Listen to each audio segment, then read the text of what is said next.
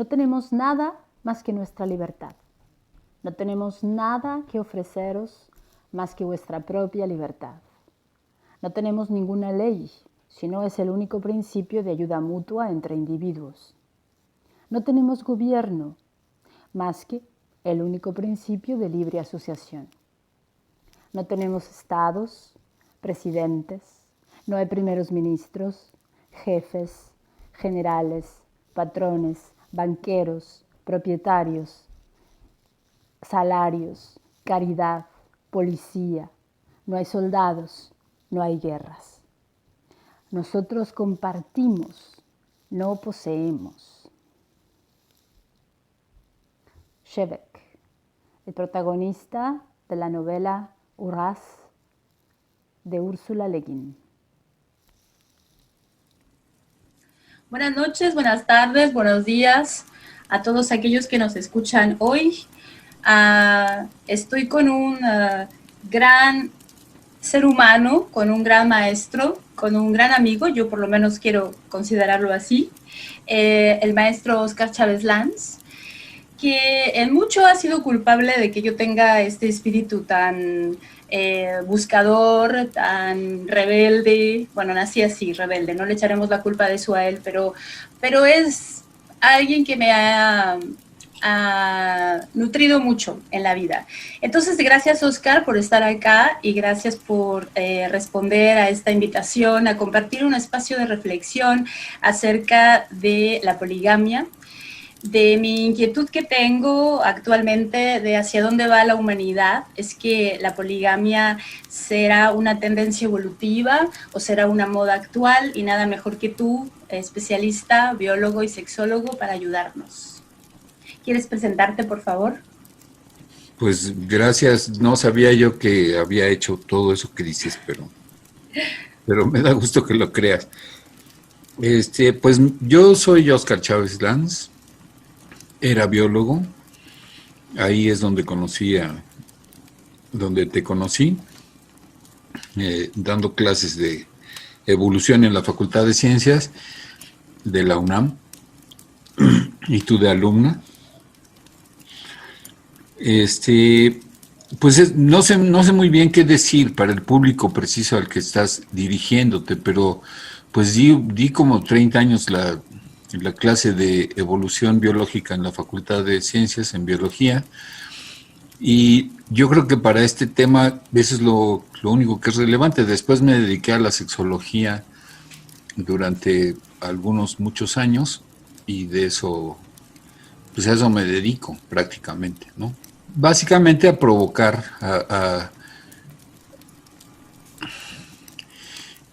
pues a meterme con la gente que no... Hay veces que estoy de acuerdo con la gente, pero que sus argumentos están chafísimas. Entonces la gente cree que estoy atacando o que estoy molestando, pero realmente no. Podemos estar de acuerdo en términos ideológicos, pero sin embargo los ejemplos que pone mucha gente para sustentar cosas, pues a veces son biología chafísima.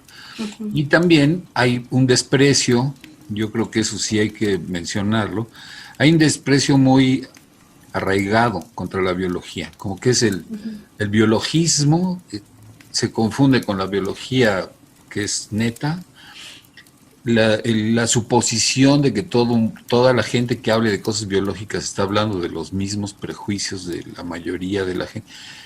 Esta confusión entre sexo y género que se ha ido arraigando recientemente a partir de algunas feministas respetabilísimas y muy inteligentes, pero que le endilgan a cualquier afirmación que tenga que ver con la biología una bola de prejuicios que no necesariamente tiene. No digo que sean gentes buenas nuestros compañeros salidos de biología, o sea, si hay una bola de machindrines que utilizan conceptos disquebiológicos para justificar sus desmanes, digamos, ¿no?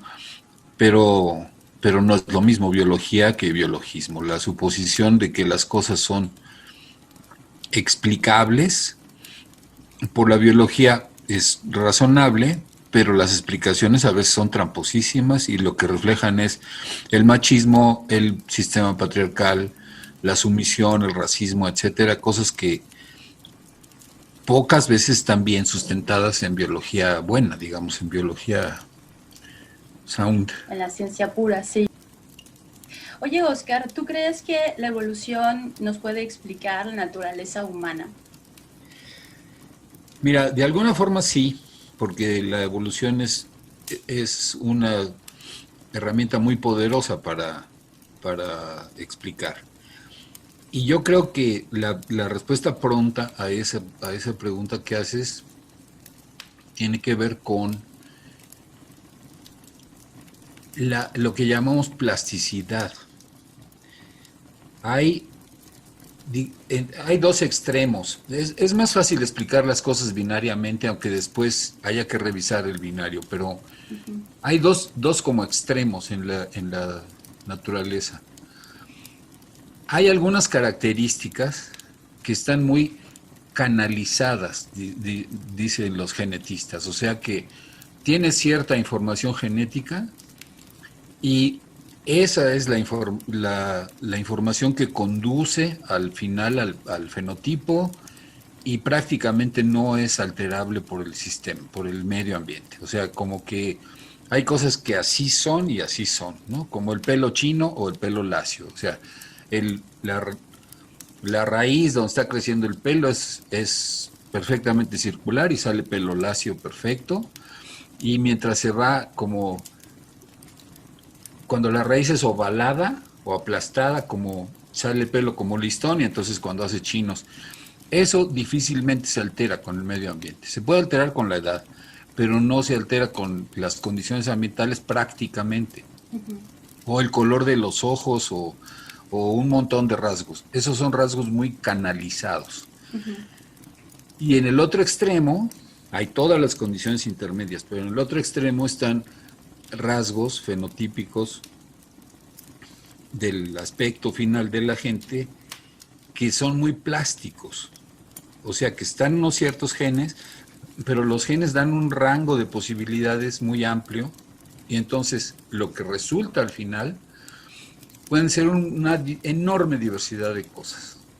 Y en relación a la conducta humana sí hay una clarísima plasticidad. O sea, y yo creo que de eso depende el éxito numérico, porque no sé si es un éxito finalmente. O sea, habitamos todo el planeta y estamos desgraciando a todo el planeta, ¿no? Estamos poniéndole la torre a todo el planeta. O sea, realmente yo sí creo, no es pesimismo, dicen que los pesimistas son optimistas informados, ¿no? O sea, realmente yo sí lo que veo es que hay un desastre que estamos tratando ahorita de ver si arreglamos, pero digo, hay continentes de plástico flotando en el Pacífico, hay el fondo del mar, hay pocas embarcaciones, pocos naves que lleguen hasta el fondo del mar, pero cuando llegan es una cosa desastrosa lo que se encuentra ahí. Televisiones, computadoras, coches ahí en el fondo. O sea, es una cosa sucia. Y el grado de violencia, por ejemplo, también que se me hace pues ya sin nombre.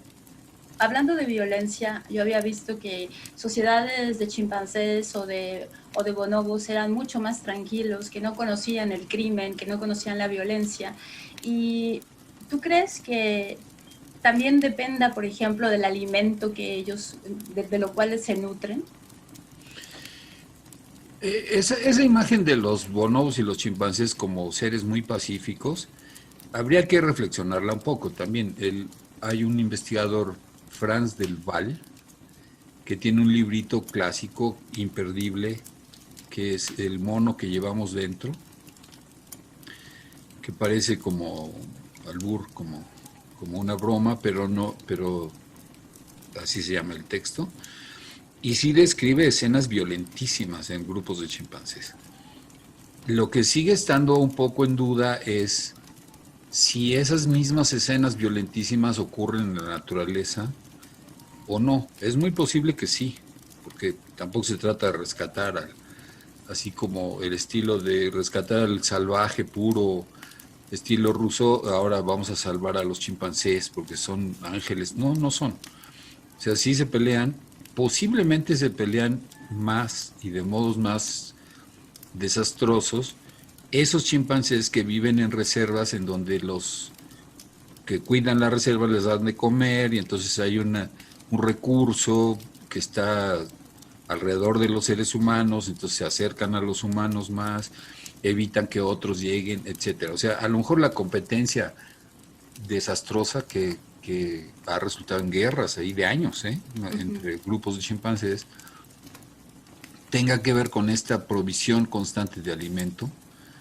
de recursos de protección, hasta veterinario, hasta que les proveen, pero posiblemente así era la naturaleza también. Entonces, no es que aquellos sean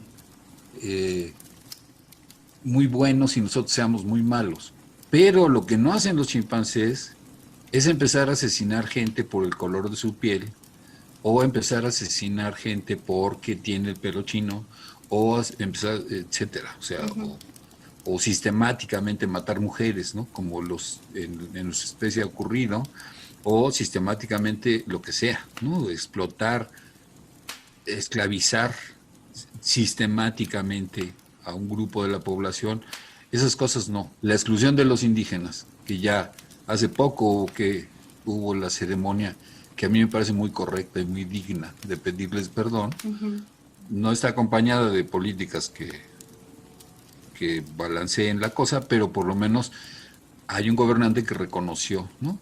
Nos hemos portado mal y es muy emotivo que lo haga, porque Sí, sí, bueno, pero primero Blanco eso se ha fue un portado muy poco, mal en todo el planeta, ¿no? fue un poco riesgoso porque hicieron esto de pedir perdón, pero después, poquito después, mataron a dos enfermeras, mataron a una india americana en un hospital. Entonces, bueno, fue un desastre. Pero más que con la comida, ¿tú crees que tenga que ver entonces con su manera de relacionarse sexualmente? ¿Será eso lo que los hace menos violentos? Aunque no los comparemos con nosotros, entre ellos. Yo creo que es un diferente matiz de la violencia. Yo creo que un chimpancé con toda tranquilidad se puede poner de acuerdo con otros tres para matar a otro y simplemente van, lo matan y ya. O lo matan y antes de matar lo torturan sin mayor reflexión. Lo que sí hace nuestra especie es planear el asesinato, ver las ventajas que va a tener el asesinato. O sea, toda esta macabra sucesión de ideas, eso sí ocurre solamente en nuestra especie, o sea, sin duda alguna. O sea, en los chimpancés, por ejemplo, algo que no ocurre en nuestra especie, nada más como para hacer la comparación. De repente en los chimpancés, un macho añoso, de los más viejos del grupo, que a veces viven un poco alejados, marginales al grupo central, llega al grupo y mata a todas las crías, pero a todas, incluso a los suyos, para disgusto de los darwinianos ortodoxos y puros, mata a todos, no nomás a los ajenos, como dicen los textos. Una cosa es el texto y otra cosa es el video de lo que está pasando.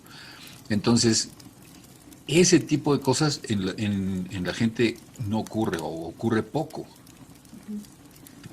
como contraparte, digamos. O sea, no son pacíficos, o sea, pero sí hay datos sobre su sexualidad que nos pueden explicar partes de nuestra vida, o por lo menos, si no explicar completamente, por lo menos darnos material para reflexionar sobre las cosas que estamos haciendo con nuestra vida sexual como gente.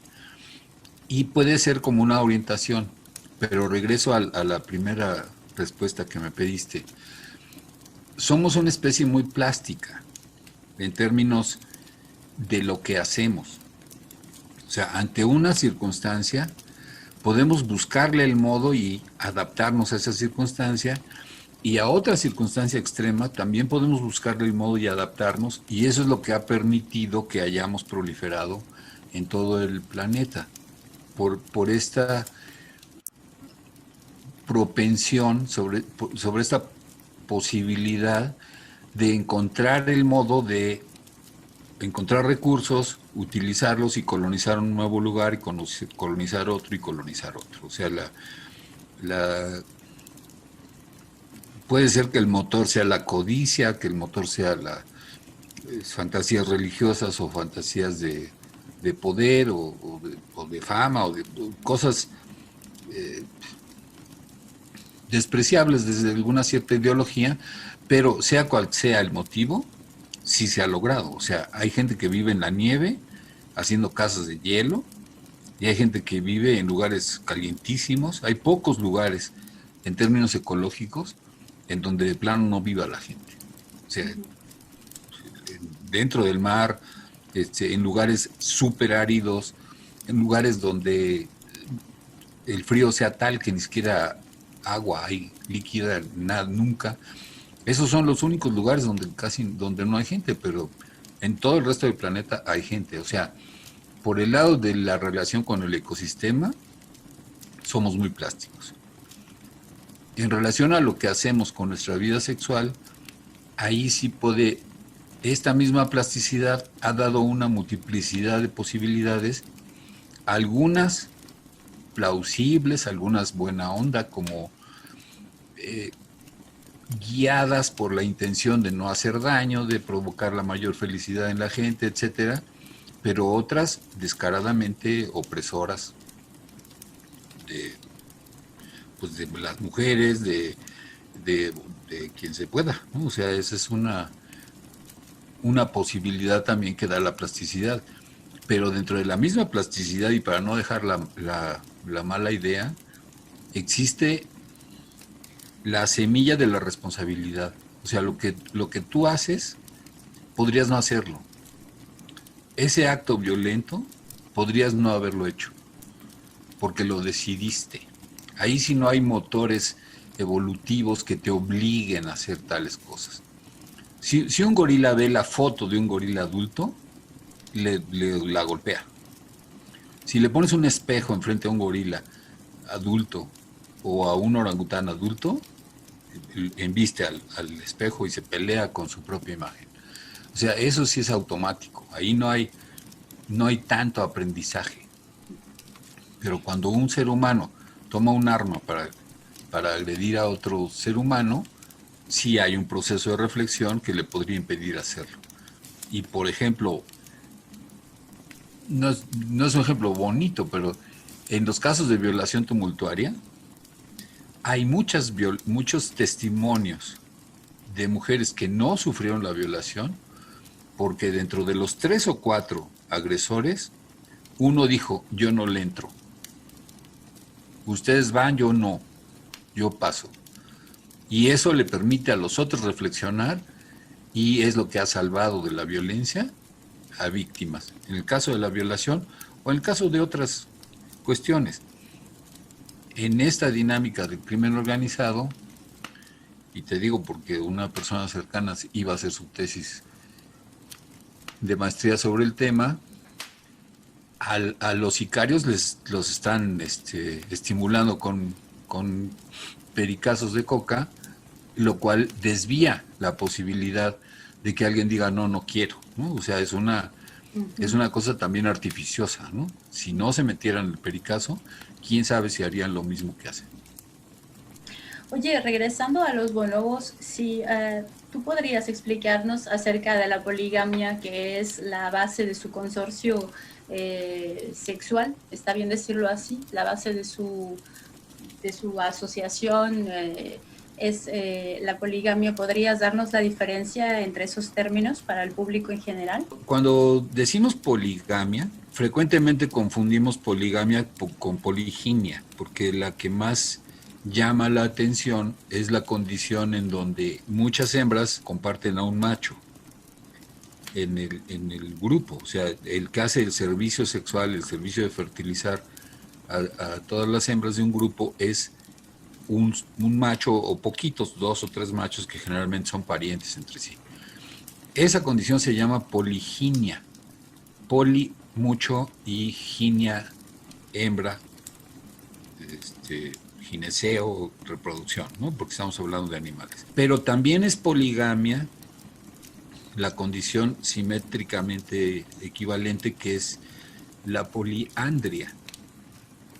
Y los chimpancés y los bonobos, y en términos evolutivos, nuestros ancestros, muy posiblemente, son poliándricos. O sea que durante la época del estro, del celo, cuando hay actividad sexual en el grupo, la hembra que está ovulando tiene acceso sexual a todos los machos que le da la gana, un día, 2 días, los días que dure su estado de estro, de celo, dicen, y a los 15 días es otra, y a los 15 días es otra hembra, y así. O sea, finalmente resulta en que todos los machos pueden tener acceso sexual a todas las hembras, pero el orden lo ponen las hembras, porque es cuando ésta está ovulando, es cuando tiene excitación sexual, y entonces consecuentemente invita a los machos que no se pelean entre ellos. En las especies poliándricas los machos no se pelean entre ellos. Bueno, no se pelean entre ellos por las hembras. Sí se puede pelear por otras cosas, pero no se pelean por las hembras. Y en cambio en la poliginia sí hay una determinación más rígida, y cuando un macho ve a otro lo corre, lo agrede, le pega de gritos, etcétera. Entonces sí hay una diferencia muy grande entre las especies poligínicas y las especies poliándricas. Y todo esto es poligamias en términos biológicos. Para lo social, la palabra gamia se refiere al compromiso que se hace frente a algún grupo de autoridad. Puede ser un ministro religioso, puede ser el Estado, en el registro en el Ministerio Público, o como se llame, el registro civil. Puede ser simplemente el grupo, la tribu, el grupo que me sanciona, que es el grupo cercano, que autoriza, digamos, conoce de las uniones de la gente y sabe cómo vive la gente. Entonces, eso es gamia en los humanos. Se refiere a un compromiso. No tiene que ver con la reproducción. Pero cuando decimos gamia en los animales, no nos referimos a eso.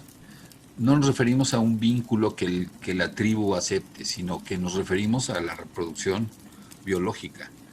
O sea, gamia es reproducción biológica. Sí se me hace que es un poco tramposo que la misma palabra se utilice en un ámbito y en otro, porque genera confusión. Pero bueno, una vez aclarado, cuando decimos gamia en humanos nos referimos a una institución social, a una unión sancionada por la sociedad. Cuando decimos gamia en animales nos referimos a dónde queda un gameto y el otro y cómo se juntan. Entonces, en los animales, el tema al que te refieres es el de los consorcios sexuales. Los consorcios sexuales son la forma en que los machos y las hembras se organizan cuando hay óvulos fértiles, cuando hay posibilidades de reproducción. Entonces, el consorcio más simple es el que se da en especies donde empieza la época de reproducción, y entonces cada macho y cada hembra tienen solo una pareja y ahí se la llevan. Poliginia es cuando varias hembras comparten un macho. Poliandria es cuando una hembra puede tener acceso sexual a todos sus vecinos. Y hay una poligamia simétrica que no tendría gran claridad. Hay especies en donde es más aleatorio. Algunas hembras o machos no tienen pareja, algunos tienen solo una, algunos tienen varias, sin que haya mucho orden. ¿Cómo debería de llamarse en humanos, no teniendo esta carga de la gamia, como nos dices, que tiene que ver con contrato civil, con matrimonio, pero en humanos esta tendencia a tener más de una pareja, a ser poliamoroso, a lo mejor? Sí. Ese es lo que reclaman las gentes que son de grupos de activistas poliamorosos. Dicen, bueno, es que no nos referimos a la gamia, ¿no? Porque esa es una discusión. O sea, no es que seamos polígamos, ¿no? O sea, somos poliamorosos. O sea, lo que reconocen es el afecto positivo, la capacidad de unirse con más gente, que es debatible. O sea, yo creo que, y sí lo voy a decir de todas maneras, no en algún momento. Yo creo que para mucha gente esto que parecen unas salidas muy revolucionarias realmente no lo son tanto, porque en estos grupos de activistas poliamorosos que se niegan a llamarse poligámicos, en realidad sí hay una gamia, o sea, sí hay una unión sancionada por su mismo grupo. Y hay toda una terminología y estos son mis vínculos, estas son mis metamores, estos son mis y mis y mis. Y cuando le pones mis a algo, entonces ya significa propiedad y significa que hay un grupo social que te está autorizando esa propiedad. Entonces, el decir que no nos digan polígamos porque somos poliamorosos, pues suena bien, pero en realidad sí es gamia en el sentido de la sanción social, y muchos están replicando, solo están multiplicando la monogamia, porque sí se están, digamos, casando, entre comillas,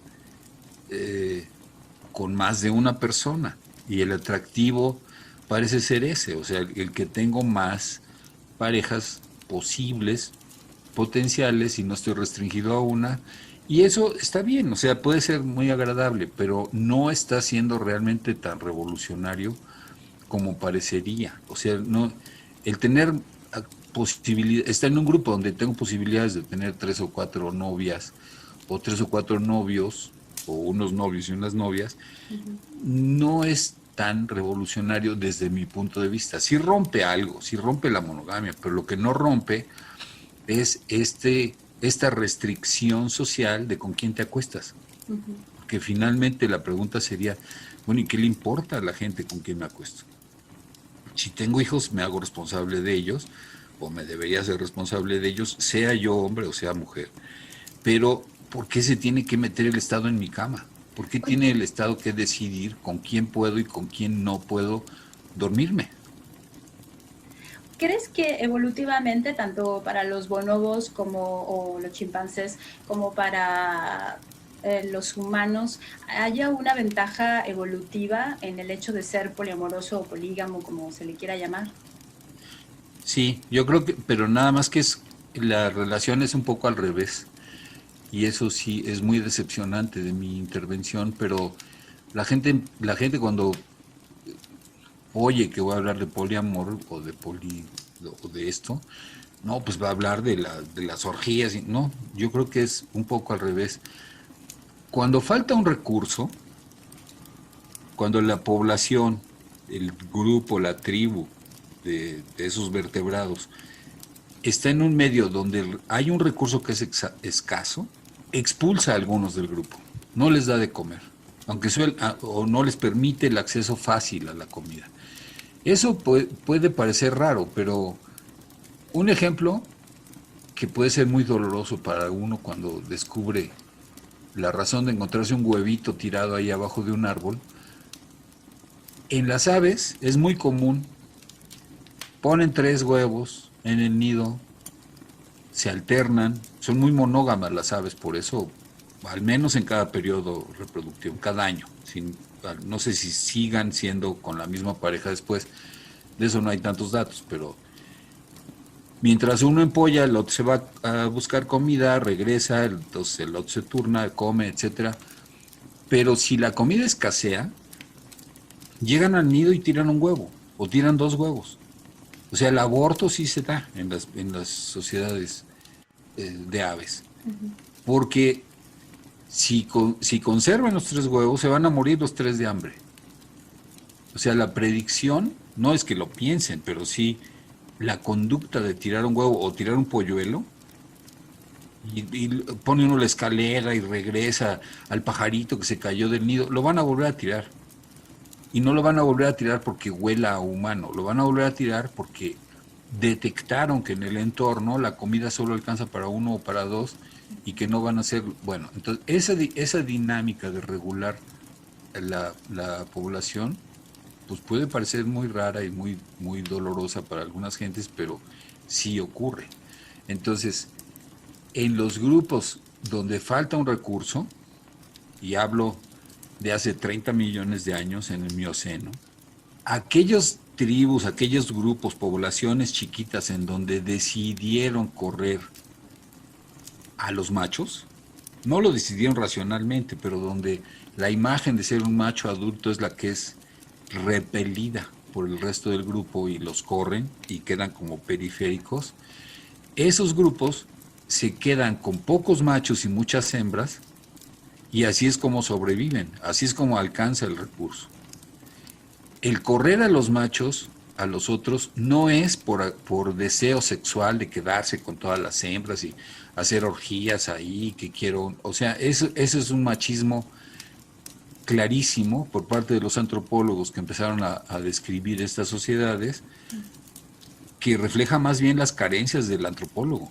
Lo que él quisiera hacer es lo que se está proyectando en los gorilas, pero en realidad no es así.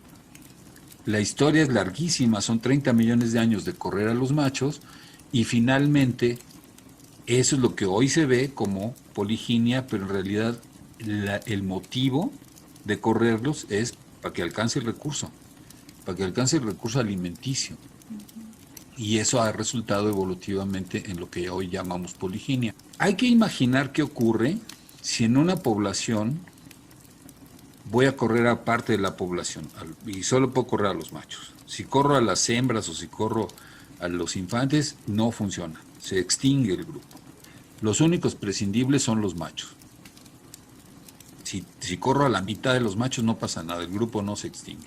Si corro al 3/4 partes, al 90% de los machos no pasa nada. El grupo no se extingue porque esos pocos machos pueden fertilizar a todas las hembras que queden. O sea, no hay restricción. La restricción son los úteros, no los espermatozoides. Bueno, ¿quién puede correr a los otros machos? Pues un macho más grande. O sea, lógicamente, si un macho lo quieren correr y está grandote, pues no lo van a poder correr. Van a tener que correr a los otros, a los chaparritos. Entonces, generación tras generación, lo que ocurre es que son los machos más grandes los que tienen descendencia y los otros menos posibilidades de tener descendencia. Entonces, si esto lo traduces en decenas de años, cientos de años, miles de años, 30 millones de años, entonces el resultado es que en la especie los machos son más grandes que las hembras. Esa es la única explicación biológica para que los machos sean grandes y las hembras menos grandes. No hay otra. Que la defensa del grupo, que no sé qué, eso es una consecuencia, eso no es un motivo. Si llega un león a un grupo, pues sí salen los machos más grandotes.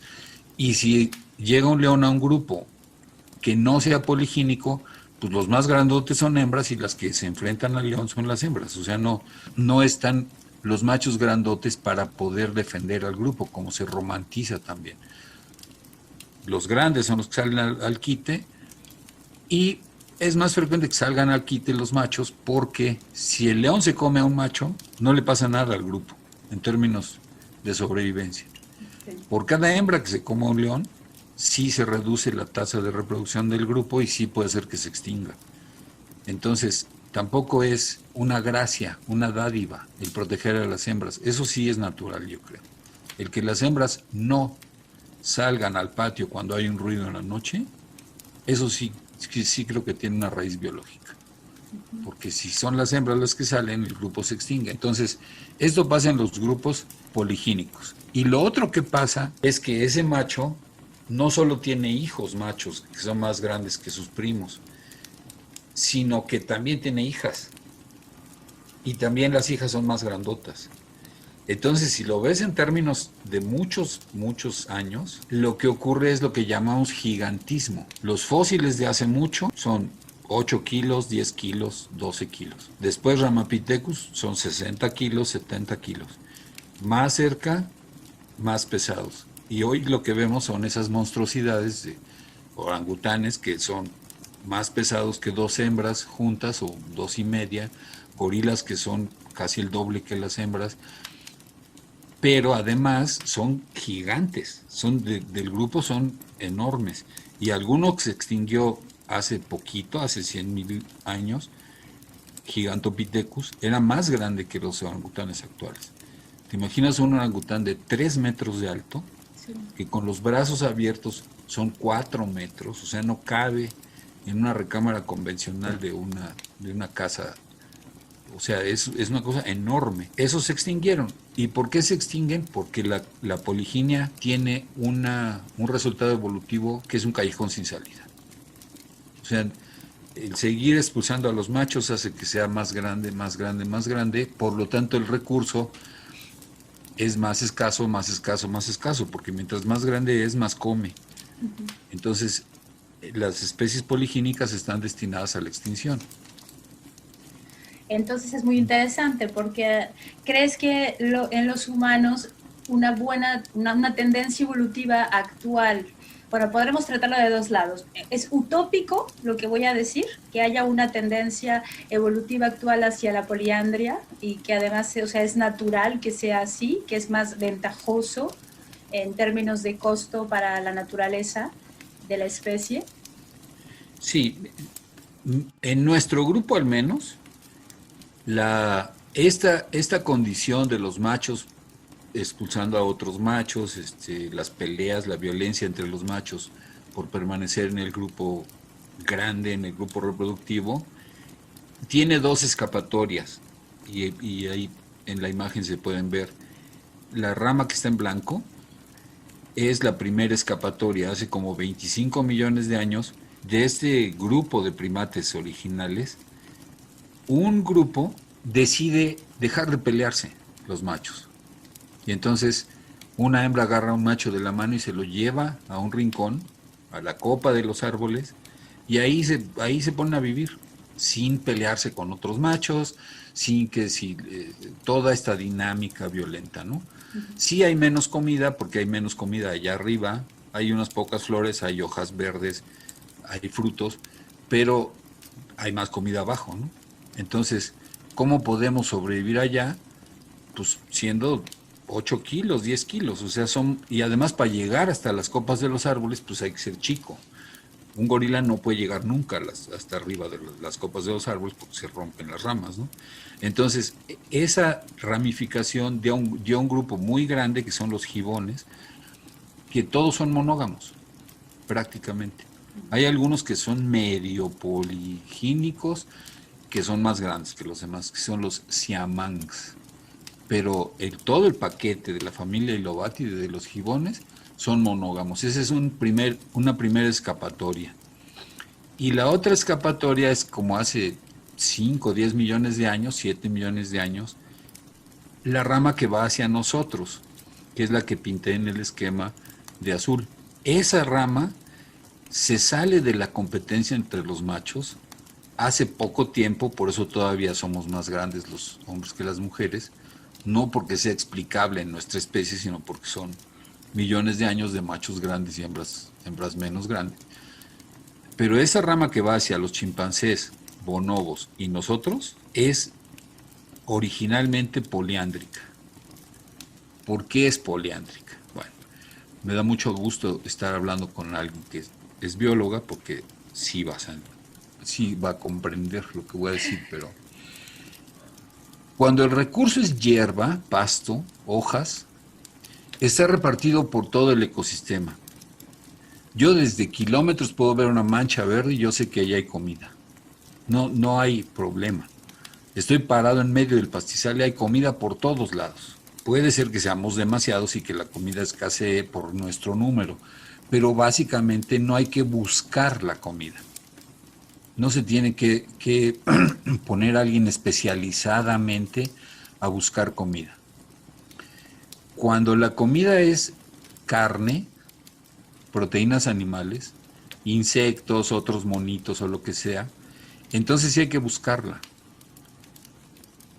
En el primer caso, dicen los ecólogos que el recurso es de grano fino, o sea, está distribuido en el medio de modo como fino, ¿no? Como polvito. Y en el otro caso, el recurso es de grano grueso, está concentrado en unos ciertos lugares, ¿no? Está el venado, está el termitero, está el hormiguero, está el río y los peces ahí, pero concentrados en un lugar. Tengo que ir a buscar. Para tener que moverse. El alimento. Entonces, si somos pocos y el recurso es de grano fino, pues podemos encontrar alimento suficiente para todos. Si falta el alimento, corremos a unos machos y ahí está. O sea, el recurso de grano fino está asociado con la poliginia, gorilas, orangutanes. Ahí la limitación de la comida se salva corriendo a unos. Pero en el caso de la rama que va hacia nosotros, el recurso son proteínas animales. O sea, todos los otros son vegetarianos. Gibones, orangutanes, gorilas. Pero chimpancés y nosotros sí comemos carne. Eso es un asunto evolutivo. Puede la gente decidir ser vegetariana y buena onda, o vegana, o lo que ustedes gusten, o volacto, lo que sea. Pero es una decisión cultural. Biológicamente sí podemos digerir carne. Tengo una amiga en el Facebook que promueve dietas de pura carne. Y ahí la ves comiendo solamente carne durante 2 o 3 semanas y bajando de peso a partir de esa dieta, que parecería una aberración. Yo creo que no es soportable comer pura carne y grasa de animal. Hay que comer un poco de otras cosas, pero como dieta para bajar de peso lo hace y parece que sí funciona. Bueno, pero es también una decisión.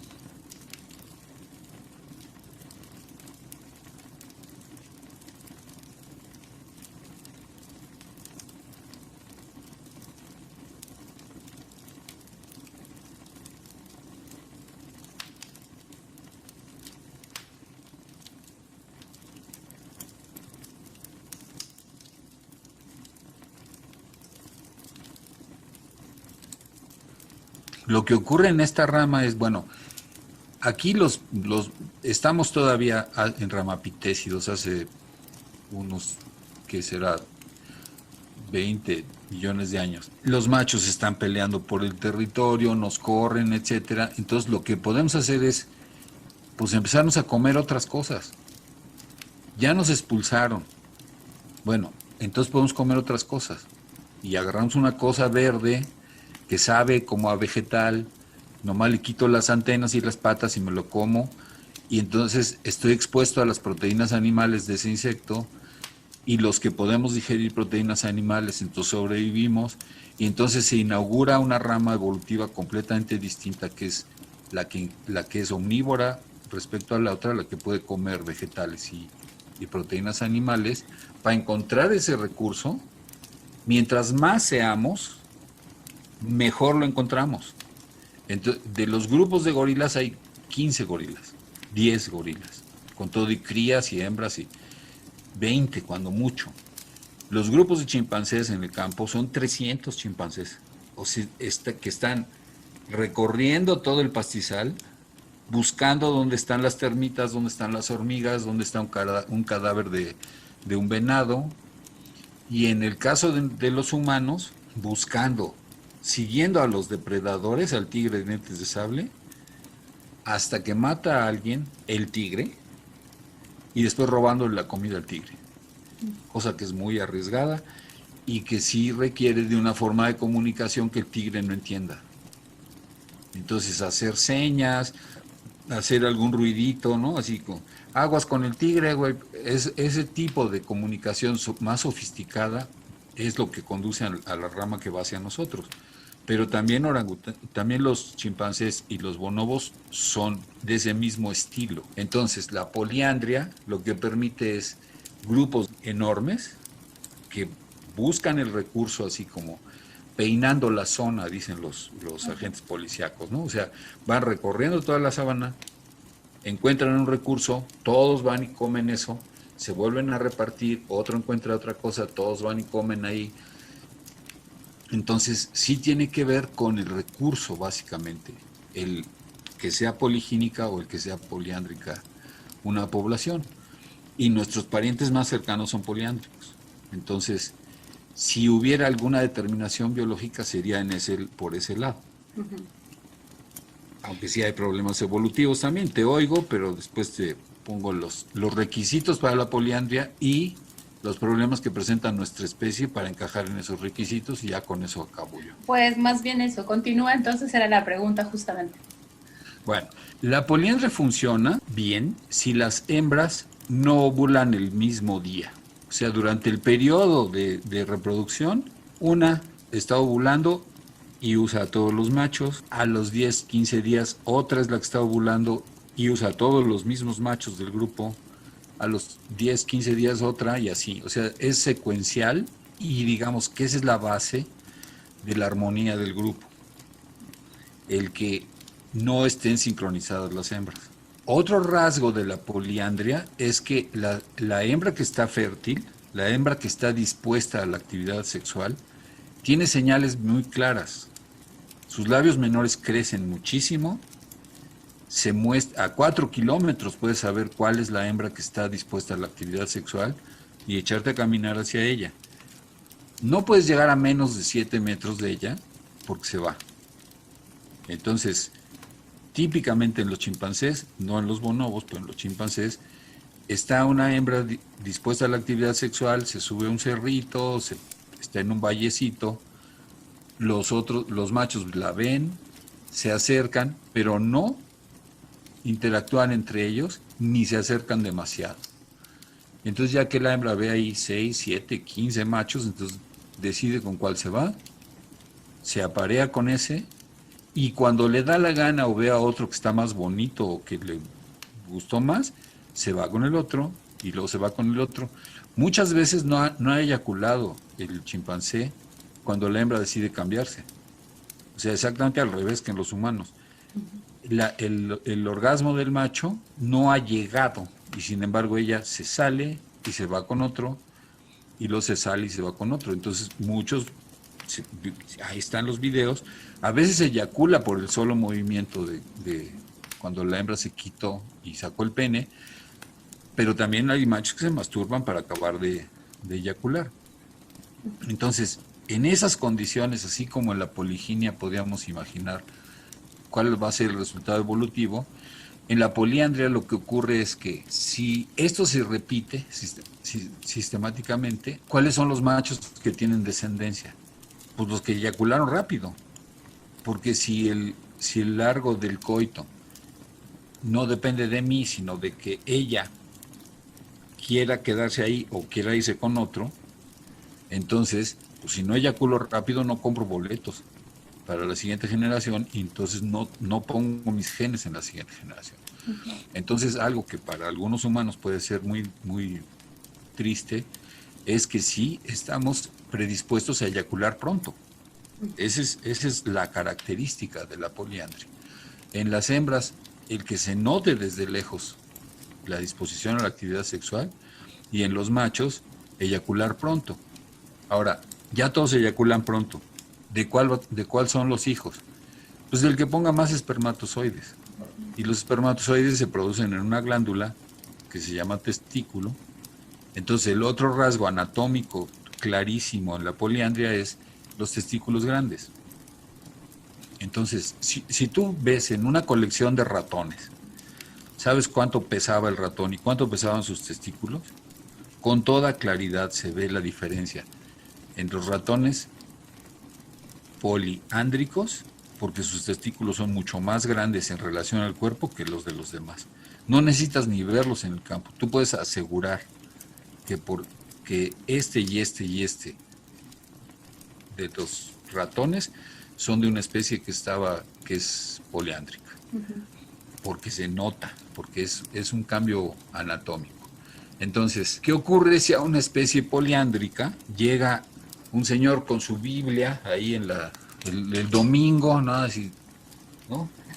Tiene 5 minutos para hablar de...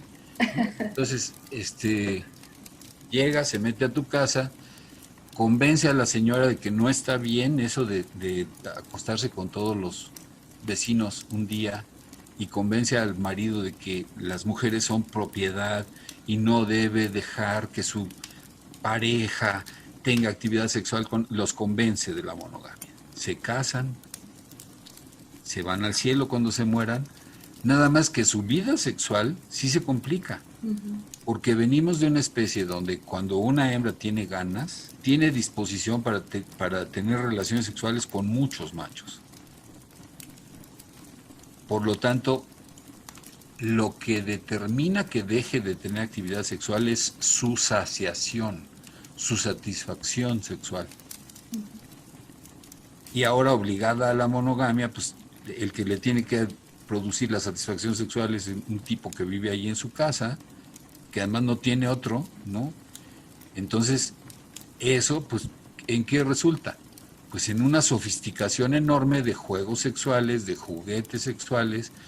Los primeros objetos que son construidos por humanos, que han llegado hasta nosotros, seguramente hubo otras cosas de madera o de cosas menos fosilizables, pero los primeros objetos de piedra que vemos, las Venus, esas mustercienses, muchas de esas Venus de mustercienses, 30.000 años,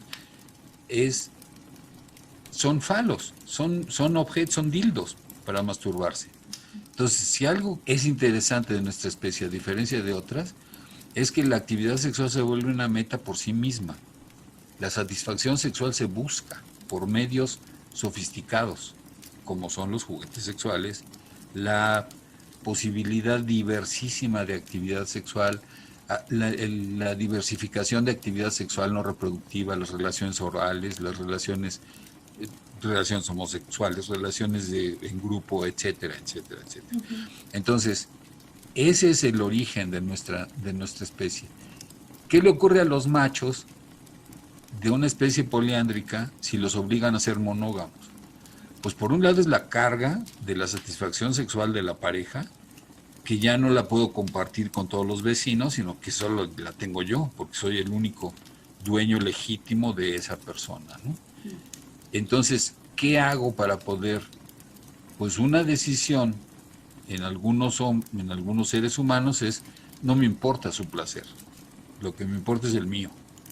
Entonces no me importa si ella se sintió bien o mal. Esa es una posibilidad. Y la otra posibilidad es empezarse a ingeniar cómo le hago para que la satisfacción sexual habite en nuestra casa. Y los primeros textos, ya no digo fósiles, los primeros textos sobre sexualidad en la humanidad se dedican a eso. El Kama Sutra, el Ananga Ranga, son textos que son las primeras cosas que salen. Seguramente en Mesoamérica había muchas más cosas. En toda América había más cosas escritas, pero los europeos llegaron y quemaron todo, absolutamente. No sabemos nada de filosofía, de matemáticas, de lo que fue útil se lo llevaron y lo usaron, pero todo lo que tendría que ver con la sexualidad lo quemaron, lo destruyeron. A lo que voy es a que seguramente acá también había un Kama Sutra y también había una Ananga Ranga y todos esos textos. ¿Qué es lo que dicen estos textos que se refieren a la sexualidad humana? Lo primero, que los hombres aprendan a no eyacular pronto. Esa es la primera enseñanza, que los hombres aprendan a no eyacular pronto, que empiecen a dominar su eyaculación. Cuando sientas que ya vas a eyacular, te detienes. Aprende a detenerte. Y eso mete la felicidad sexual a las parejas, aunque sean parejas monógamas. Porque si el señor aprende a controlar su eyaculación, va a durar más tiempo su erección y va a posiblemente, la probabilidad de que su pareja mujer tenga orgasmos aumenta muchísimo con esa dinámica. Entonces, una es la falta de educación y el uso de las mujeres, y me vale gorro que ella no sienta nada, la obligo, las junto y las meto a un harem para usarlas, ¿no? Con la fantasía de que yo soy el que les voy a dar la satisfacción. ¿Qué es lo que pasa en un harem? Por supuesto, o sea, es obvio que lo que va a ocurrir adentro de la casa de las mujeres, pues es que las mujeres se van a ingeniar para poder tener satisfacción sexual. Claro. Y ni siquiera es requisito ser lesbiana, pues están ahí encerradas. O sea, sí va a haber mujeres ahí que prefieran a otras mujeres, pero el resultado inmediato de ese encierro pues es que hay un aprendizaje del placer sexual entre ellas que puede incluir juguetes, caricias, etcétera, ¿no? La ternura de las mujeres frente al uso del otro. Pero en otras culturas distintas, extremas, lo que ocurre es lo otro. Hay que mejorar la actividad sexual, y que los hombres hagan algo. Y ese algo es no eyacules, no eyacules, no eyacules. Aventurándonos a hacer, y para terminar, una predicción, aunque sea verdaderamente un riesgo a lo mejor, ¿crees que la sociedad está dirigiéndose hacia el reconocimiento de que somos poliándricos? Si yo veo alguna tendencia, hay dos tendencias opuestas. Una es el regreso al conservadurismo brutal medieval, o sea, hay un montón de gente que piensa así, que hay que regresar a los antiguos valores, pero en términos de las opciones como progresistas que se ven en el horizonte, yo creo que una tendencia es a vivir individualmente, a dejar esta manía de la convivencia. Es que nos queremos mucho, entonces nos vamos a vivir juntos. Pues está bien, es posible que se sigan queriendo mucho, pero también es muy posible que se harten, porque las cosas sacian. Entonces, ¿qué necesidad tenían de irse a vivir juntos si estaban tan felices? Entonces, esta posibilidad de habitación individual, pero está sesgada por las condiciones económicas, porque no todo mundo puede tener su propia casa donde viva con una o con pocas gentes, pero no por el vínculo emocional y eterno de la cadena de la monogamia, sino porque lo decide y hay cierta flexibilidad. Entonces yo creo que por un lado eso es lo que parece ser. Y lo otro, pues sí, es como el mayor respeto para la diversidad sexual, incluyendo arreglos que no son monogámicos, pero también el respeto por uniones que son entre personas del mismo sexo, uniones entre personas que están de algún modo prohibidas en otros rangos culturales, ¿no? Entonces yo creo que sí se están aligerando la vida sexual de las personas desde una perspectiva, pero también la reacción conservadurista, pues ahí está viva y está el chisme de los vecinos, la sanción, etcétera, ¿no? La prohibición del aborto, la prohibición de esto, la prohibición del otro. A lo mejor en Occidente vemos menos eso, pero el Islam está lleno de un conservadurismo brutal y muchas otras culturas está enraizadísima ese sometimiento de grupos sociales, pues, ¿no? O sea, sigue habiendo esclavitud aunque esté prohibida. Y la esclavitud a veces es doméstica, ¿no? También, sí, o emocional y privada. Si bien nuestro antecedente es poliándrico, nuestra especie tiene unos rasgos que no checan con la poliandria, que más bien checan, y ahí sí me hago yo responsable de lo que estoy diciendo, con una disposición a tener muy pocas crías. Yo creo que esa es la característica que nos diferencia de bonobos y chimpancés. En la rama que va hacia nosotros, ahí está en una diapositiva, también están en azul los rasgos de las características que hacen con toda claridad el aviso de que nuestra especie no es tampoco poliándrica, porque esa era la pregunta que hiciste, ¿no? Uh-huh. En nuestra especie, al revés que en los poliándricos, las hembras se sincronizan en sus ciclos. En vez de repartirse en el tiempo, como es en la poliandria, en las mujeres, si varias mujeres viven juntas, ovulan los mismos días y están menstruando los mismos días.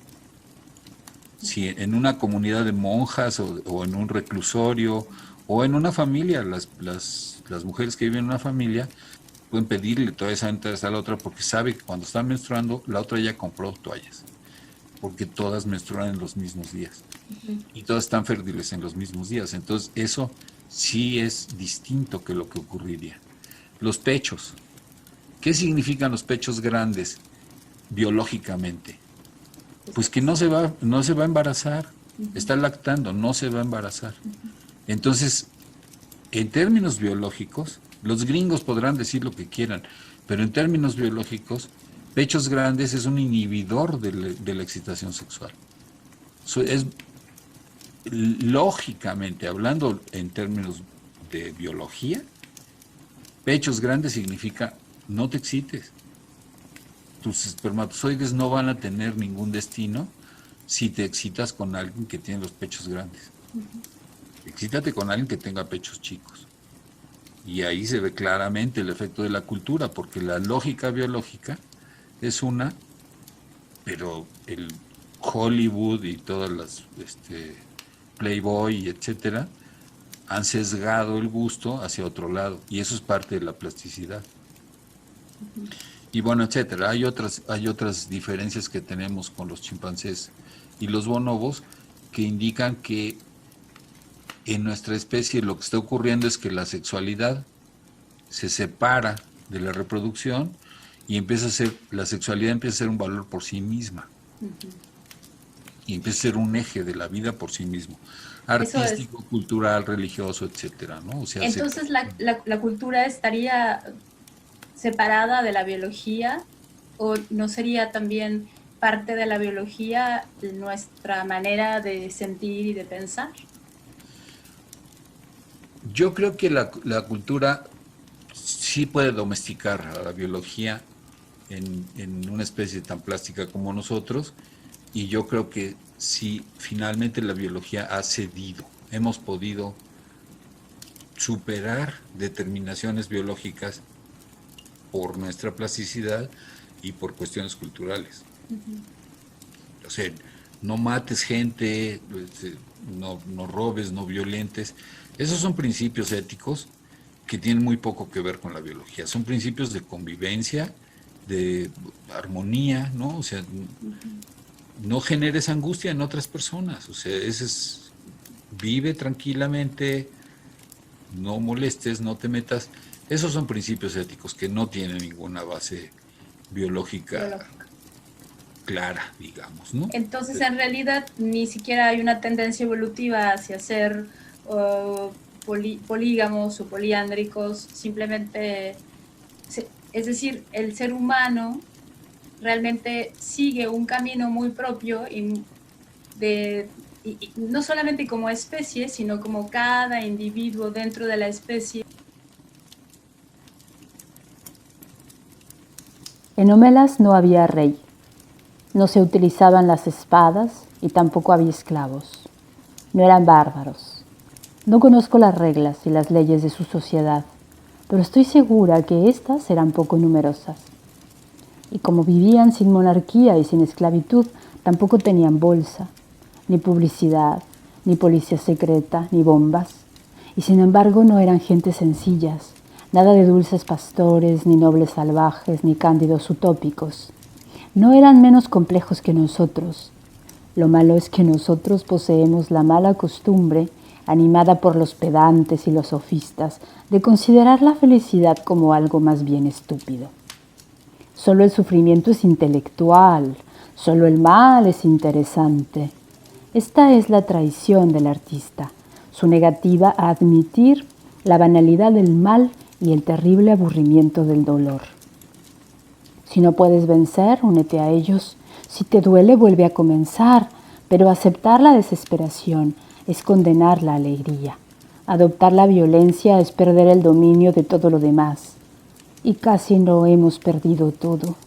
Ya no podemos describir a un hombre feliz, ni celebrar la menor alegría.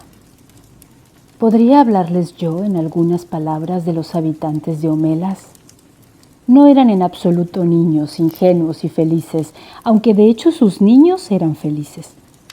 Eran adultos maduros, inteligentes y apasionados, cuya vida no era en ningún sentido miserable. ¡Oh, milagro! Pero me gustaría poder ofrecer una mejor descripción. Me gustaría poder convencerles. Omelas resuena en mi boca como una ciudad de cuento de hadas. Suena a érase una vez, hace tanto tiempo, en un lejano país. Quizás sería mejor forzarles a imaginarla por ustedes mismos, aunque no estoy segura del resultado, ya que seguramente no podré satisfacerles a todos. Por ejemplo, ¿cuál era su tecnología? No había coches en sus calles, ni helicópteros volando sobre la ciudad, y esto provenía del hecho que los habitantes de Omelas son gentes felices. La felicidad se funda en un justo discernimiento entre lo que es necesario, lo que no es ni necesario ni nocivo y lo que es nocivo. Me temo que Homelas no les parezca una ciudad agradable. Sonrisas, campanas, paradas, caballos, bah. Entonces, añádanle una orgía. Si les parece útil añadirle una orgía, no vacilen. Sin embargo, no nos dejemos arrastrar hasta instalar en ella templos de donde surgen magníficos sacerdotes y sacerdotisas enteramente desnudos, ya casi en éxtasis y dispuestos a copular con cualquiera, hombre o mujer, amante o extranjero, deseando la unión con la divinidad de la sangre, aunque esta fuera mi primera idea. Pero realmente será mejor no tener templos en Homelas, al menos no templos materiales. Religión sí, claro no. Esas hermosas personas desnudas pueden sin duda contentarse con pasear por la ciudad, ofreciéndose como soplos divinos al apetito de los hambrientos y al placer de la carne. Dejémoslas unirse a las procesiones. Dejemos que los tambores resuenen por encima de las parejas copulando.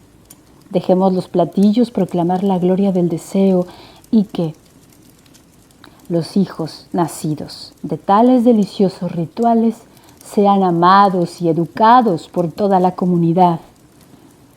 Una cosa que sé que no existe en Homelas es el crimen. ¿Y cuál sería ese mundo ideal para ti? Habría, bueno, no sé, a mí me interesa como pensar en cuál sería el mundo ideal por el que el humano podría optar para dejar de ser, ¿ves? La basura en la que se está convirtiendo, ¿no? Mira, yo creo que si entendemos que anarquía no significa vestirse de negro e ir a romper vidrios, sino que es una propuesta filosófica, política, en donde la etimología de la palabra anarquía es que no se concentre el poder, que el poder no esté concentrado en unas pocas personas. Ese es el punto de vista anarquista. Es una forma de izquierda que es distinta al comunismo, ¿no? Un amigo que, por cierto, murió de COVID hace 3 meses, que iba al grupo, decía con toda claridad, y me simpatizaba mucho, hablaba poco, pero las cosas que decía son muy contundentes. Decía, mira, la escena del capataz maltratando a sus obreros causa indignación, casi a cualquier persona, a menos que sea el hermano del capataz o el dueño de la plantación. Nada más que esa indignación se traduce en unos en querer ocupar el lugar del capataz. Ese es el comunismo. Y la otra izquierda es la que dice, no debe haber capataces, al costo que sea, pero no debe haber capataces. El mundo no debería de estar girando en torno a la productividad extrema, a la acumulación, etcétera. O sea, eso es lo que yo creo que sería el mundo ideal. Sí. Posiblemente no habría computadoras, posiblemente no habría teléfonos celulares inteligentes, no podríamos estar hablando a tantos kilómetros de distancia tú y yo en este momento, pero yo sí creo que se podría sacrificar eso por la libertad.